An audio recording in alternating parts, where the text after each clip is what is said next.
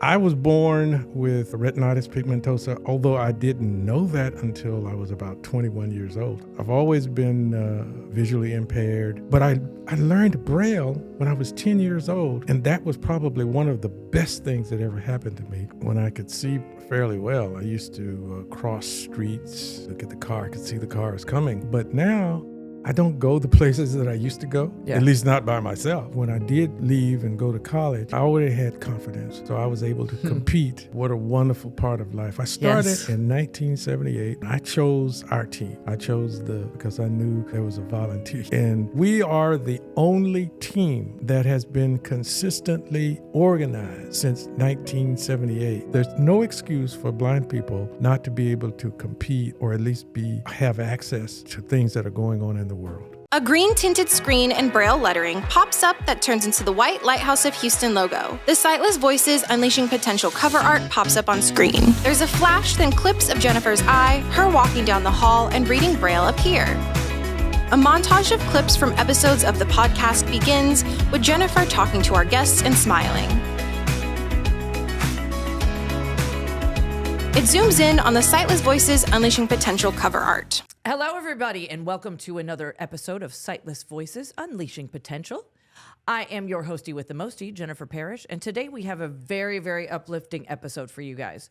Our guest is none other than the Reverend Michael Garrett, a dedicated community leader and advocate who has made significant contributions to the blind and low vision community. Reverend Garrett's journey through vision loss has shaped his path and fueled his passion for helping others. So today, he's going to share his story and his unique insights with us. Before we get started, though, as always, we will describe our set for our blind viewers. We are sitting in blue chairs. We have wooden tables next to us.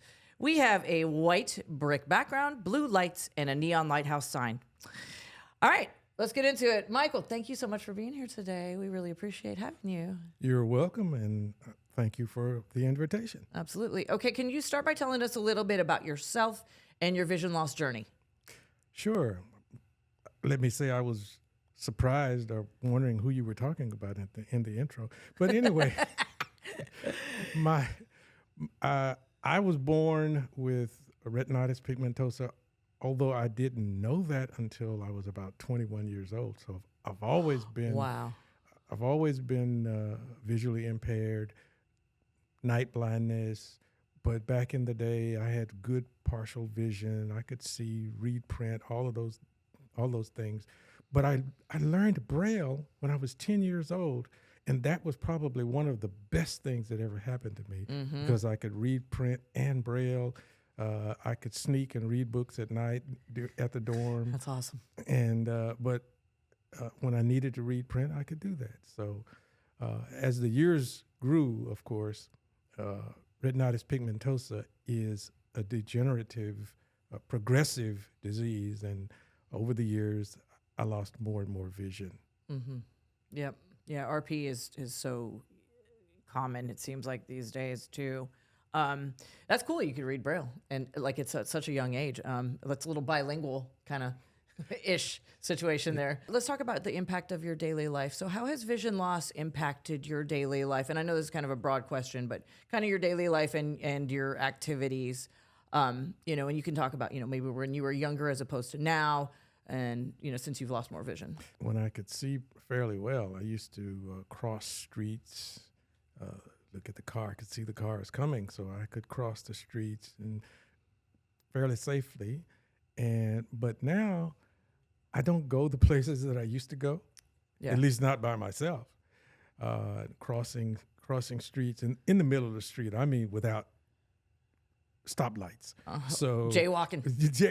Doing a little jaywalking, But the rest of life, the independence, all that, it was because I had night blindness, and when I was a kid walking around the TSB campus, we didn't use canes. So we just, you made your way. Right. And you, of course, I didn't go off campus by myself. Right. At night, but it taught me mobility, spatial awareness, all those kinds Absolutely. of things. Yep. You know, you hear a different echo and you know where you're kind of at a different building. Right. Absolutely. And so I learned, and that has helped me in the transition, the progressive transition from having some vision, day vision, and losing it now. So, yeah. I try to be as mobile as I can, as independent as I can be, and not lose too much. I got to go. I can't sit at home. Exactly. Yeah. I mean, you just got to kind of do it a little bit differently. I know, crossing streets for myself lately has been a little, just it's nerve wracking because people drive differently too. Ooh, yes. You know what I mean? We have the people on their phones and just kind of going crazy. And, and in my neighborhood, there's construction everywhere. So I'm like, okay, I'm jumping in an Uber. I'm not going to risk my life trying to deal with that. So I don't blame you. yes, exactly. So when did you go to TSB? Just curious. Started back in 1965. Oh, wow. Okay. So how old were you? About 14 or 15. We started this. Yeah, I was about 15, and graduated in 1969. Nice. That's fun. TSB, I always was kind of jealous of all the guys that got to go to TSB during the year. You know what I mean? It's just kind of the Band-Aid of is ripped off. Social Band-Aid of, the blindness and all that kind of stuff. Well, it's a great experience. And when I was in college, I wrote a paper for one of my sociology classes based on residential versus public school. Right. Okay. That's and cool. My thesis was that I was able to grow up amongst my peers and being able to be involved in certain things that I couldn't do in the public school system. Mm-hmm. And that gave me a feeling of confidence so that when I did leave and go to college, I already had confidence. So I was able to compete. Yeah, you run into all of the things that a blind person runs into when you're in the open public, but if you've got confidence in yourself, you can compete. And I'm a pretty competitive guy. As we're going to get into here in a second. And so for those of you out there that don't know, TSB, like you can be a cheerleader at TSB, you can wrestle at TSB, you can be involved in the athletic department. All of those things in public school, or 99% of them, blind or low vision individuals would have a hard time doing. So it's so inclusive and it's so cool that they do that. And I think that's a great experience. Speaking of athletics, let's talk about my favorite topic, beat baseball. Yes. Yeah. Let's share for the audience, even though I know it already. Can you share your experience of playing beat baseball and what it means to you? Oh, what a wonderful part of life. I started in 1978. Oh, wow. We started. In fact, the Lighthouse was our sponsor. Was our first sponsor. They invited us out. We had 2 or 3 different teams, and I chose our team. I chose the players, and I chose one particular player because I knew there was a volunteer. He was my first choice because I knew his friend would come along with us and be a volunteer. Nice. So we started then, and we are the only team that has been consistently organized since 1978. Bayou City Heat.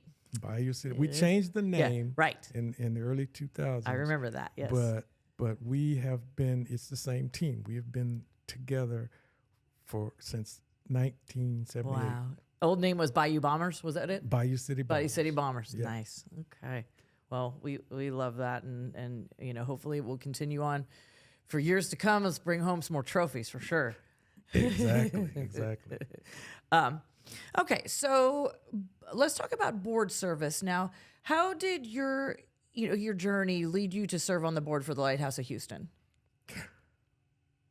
One night, and back in probably 1989 or 90 or one of those years back in there, I got a call from Gib DeTero.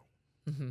And he asked me if I would like to serve on the board of the Lighthouse, and Wow. I jumped at the chance Of course. to come and serve on the board, and I worked downtown at what was then, well, it became J.P. Morgan Chase. Right. I can't remember what we were back then, and but there was a gentleman that served on the board also. He worked at the Chronicle. Right. And we would ride down here together to the board meeting and ride back, and the service was serving on the board was certainly a privilege and an honor. We were there when the building of the new building. Got it. So the early 2000, right? Right, raising the funds to get the building built, even because we were at 35. Yep. 3530. Yeah. Or it was 35. Yep. That's right, 35. Yep. 3535 was my old apartment address across the street, the old Allen House. Right. Right. That's I funny. knew that address was familiar. Yes. But 3530, and then there was another little building on this property where we used to come, and that was the gym, Wow. and we used to come down here and play goal ball. Oh, wow. We tried to get goal ball teams in Houston, Mm-hmm. and that's where we would come and practice goal ball. We did take a team to Denton, Yeah. and 1 year, and we did pretty good. But that was on this property. Probably at the other end of this building was where that building was, and they tore all of that down to build this building. But I was on the board that helped get this property and building to what you see today. Right. And we are sitting in that building as we speak. Yes. Yes, we are. Yes. And it's a beautiful facility, and we're, updating it and all kinds of stuff. So we're thankful that you guys got this started for us. It's awesome. So let's get into technology. So the evolution of technology and services. How did the technology at the Lighthouse of Houston evolve over the years? Now, I know the answer to this, but we want to get you to talk about it a little bit. Well,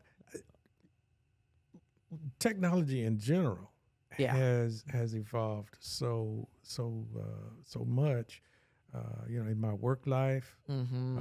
But the Lighthouse has been what I call the go-to place Yeah. for blind people in Houston. So if anybody calls, and we wanted the Lighthouse to be that go-to place. So technology has evolved from the standpoint that used to be you could come to the Lighthouse and get training on different aspects of life, but now we've got the center where you got Steve and those guys up there. Oh, yeah. who can teach you about just about anything Yeah. on all of the different devices and versions of devices and all those different things. So now we're in a spot where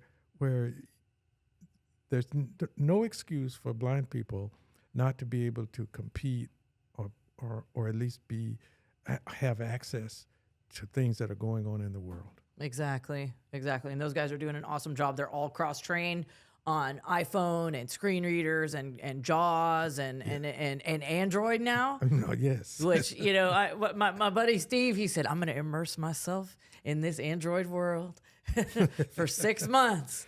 And he's hit a couple of little tiny little bumps, but he's doing okay because he wanted to learn. And that's the dedication that we have around here. Yeah. He immersed himself and we all love the iPhone. Boy, do we love it. But in order to be able to teach people, he did that. And I thought that was a very cool idea, and that proves his dedication. So he's got to give me some training on some things. Yeah, Steve's awesome, man. Steve's all around great trainer. So yes, sir.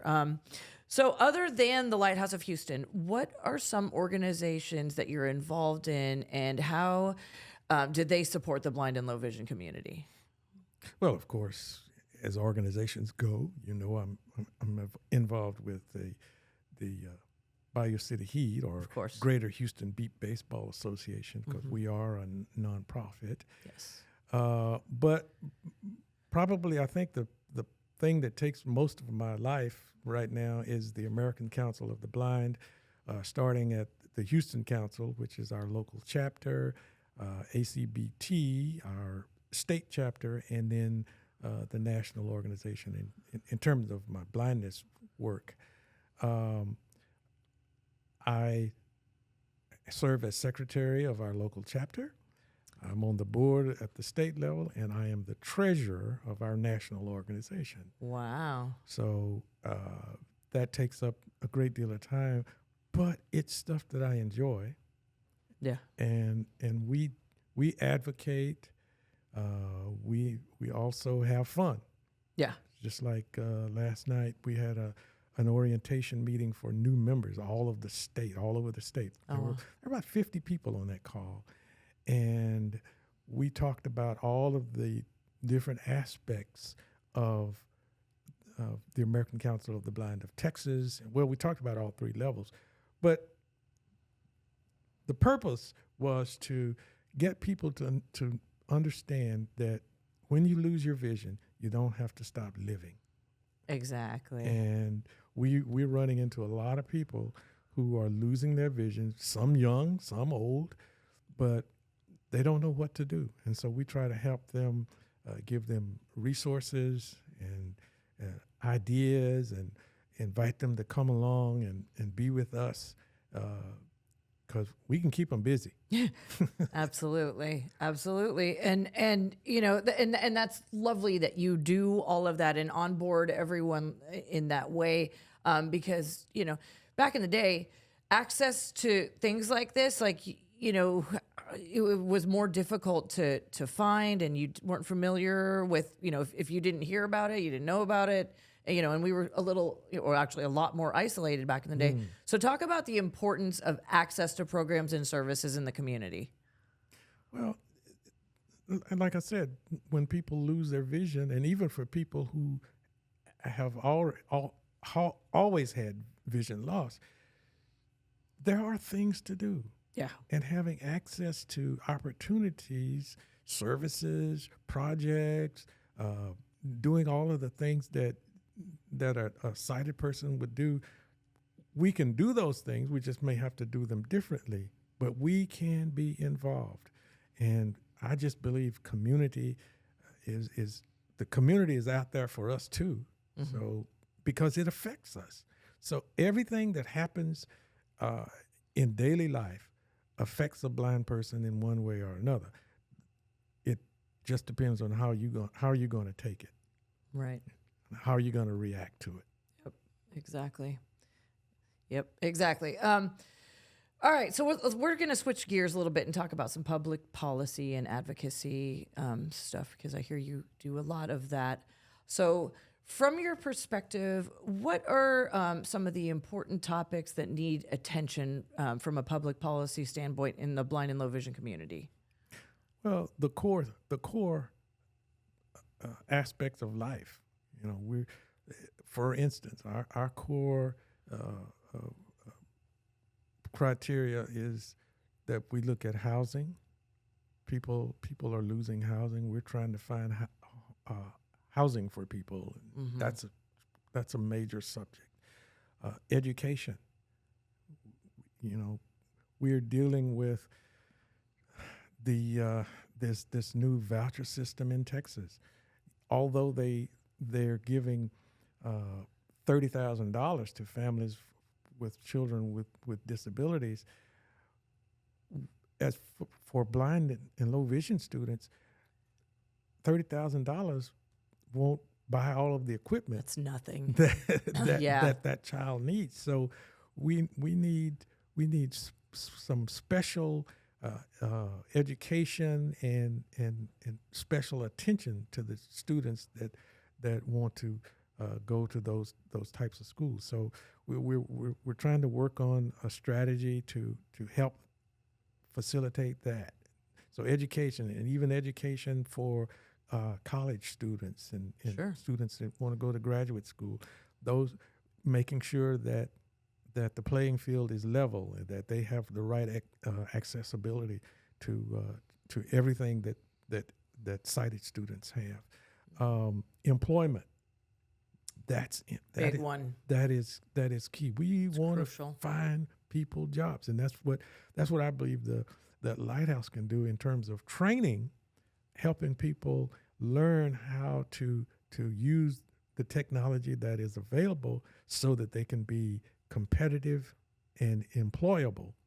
And, Right. and so those are the things that those core life activities, those are the things we work to try to get people involved in, get those services for them. And then we have a person who will work with them to help them get a job. Yep. Because everybody's got to eat. Everybody got to eat. That's right. Exactly. And then another big issue is SSDI. So this is, for those of you that don't know, SSDI is Social Security Disability Income. And there's a lot of people in the blind community that, you can receive this income and you can make up to a certain amount and then it's not taken away. Once you reach this certain amount, this check is taken from you entirely. And you have to pay back the checks that you've been overpaid, which is crazy. I'm actually living that nightmare. A way long time ago, back when I was working as a medical transcriptionist, we were paid per line. And some months you would go over the limit and some months you would go under. And I'm 20 whatever years old and I, didn't pay attention to anything. I'm just doing my job and I'm like, okay, cool. I got this check. Maybe I went a little bit over. Maybe it won't be so bad. I had no knowledge of how this whole thing worked. Well, all of a sudden they're saying, hey, you were cutting you off and you have to pay back all of the months that you've gone over. Mm-hmm. It's awful and it's completely antiquated. And I know that a big ask this year is, to the Congress and session is that we have like this sort of gentler slope, if you will. And I know there's a term and I can't think of it right now what it is. It's a cliff or some sort of something, to where okay, so say you go over, then they'll take off a couple of dollars or something like that. It's more of a gentle decline other than ripping your check away. So what are your opinions on this? I doubt that we'll get that based on That's awful. Based on the structure of Congress right now. Right. And Congress, the mindset of Congress. That would be good. I'm hoping that they don't cut SSDI. Yeah. They may not cut it out. Right. But there's a thought that they may cut it back. And even if for those who aren't working or who aren't able to work, mm-hmm. that's going to be a tremendous 100% problem for those families. But you may be able to supplement it some for those who work. Mm-hmm. And I could see them cutting that way back, even though you might have your limit. But I could see there was somebody said that there ought to be. I mean, there is a limit to what you can draw. Right. But somebody said that the upper limit should be cut back about a third. Now, this is a congressman. And wow. The insensitivity of that is, it's already a struggle to work. I mean, to have SSDI and no other income. Yeah. But if they cut it back, just think of what life will be for a blind or visually impaired person. Like I said, people trying to find homes, trying to find an apartment. Yeah. And their SSDI. Well, I just heard a case where a lady was only getting a certain amount, and she figured if it got an apartment, they could make it on the rest, maybe $300 for the whole month. Wow. Yeah. That's insane. Yeah. Right. I mean, and that just goes to show how important educating yourself so you can work is, because this is something that unfortunately, we may not be able to lean on in the future. And it's so sad. But there are some people, who just do not have the ability to. And I mean, that's going to be a nightmare for them. I mean, that is, some individual's sole income is this check. Right. And so, but for those of us that are able, it is so important to learn everything you can learn and get yourself a good job if you can, because it's no longer can we totally have faith and rely on this anymore. So, well, the whole thing about disability says that work is a problem. Yeah. Some people, disability means I can't work. Right. It not only the blindness, whatever my training was, whatever the field of employment I previously had, I definitely just can't do it. Yeah. I was a welder. Right. Exactly. So I can't weld now. I can't weld Right. now, So. Yeah. That's these individuals that have lost their vision later in life. Right. Yeah. Exactly. I mean, if you're a trade person, then you're in big trouble. Yeah. Truck driver. I know several truck drivers. Right. Who lost their vision. Yeah. And so they can't drive trucks anymore. Right. Exactly. And that is the unfortunate thing. Right. And you're old enough, you're like, to learn a whole new thing, and you're almost at retirement age, some of them, so this is a problem. So anyway, all right. So let's talk about advocacy efforts. So how can individuals and organizations advocate for better policies and support in the blind and low vision community? The first thing you have to do is figure out what it is you what change you want to see. Yeah. What it is, what's the problem, and what changes do we need to see? So, for instance, right now we heard a story. We just got back from El Paso, and we heard a story that we need to address. And so I sent out a message to some people, this task force that we're putting together, because we are going to address the issue. The question is how. What strategy do we need to put forth to address the issue? Once you find your strategy, set it up, then you go to the people or the person who's in charge, who has the power. Yep. What's that saying that people say? Speak truth to power. Exactly. You have to go to the person who has the power. Don't just sit back and complain about it. Right. Find the strategy. Go to the person who has the power. And what we found out is that tell a personal story. How is this affecting me, or how is it affecting my family, or how is it maybe if I'm advocating for somebody else, how is it affecting Joe or Jill or whoever? But tell that personal story. It's real. These things are happening. And when you can strike that nerve of the person in power, a lot of times something happens. Yep. So that's the basic thing we try to do is go to the people in power and really advocate for ourselves, or for a system change, or advocate for someone who we know is having a really tough time. Mm-hmm. Definitely. Great word to live by. All right. Well, Reverend Garrett, thank you so much for sharing your experiences and insights with us today.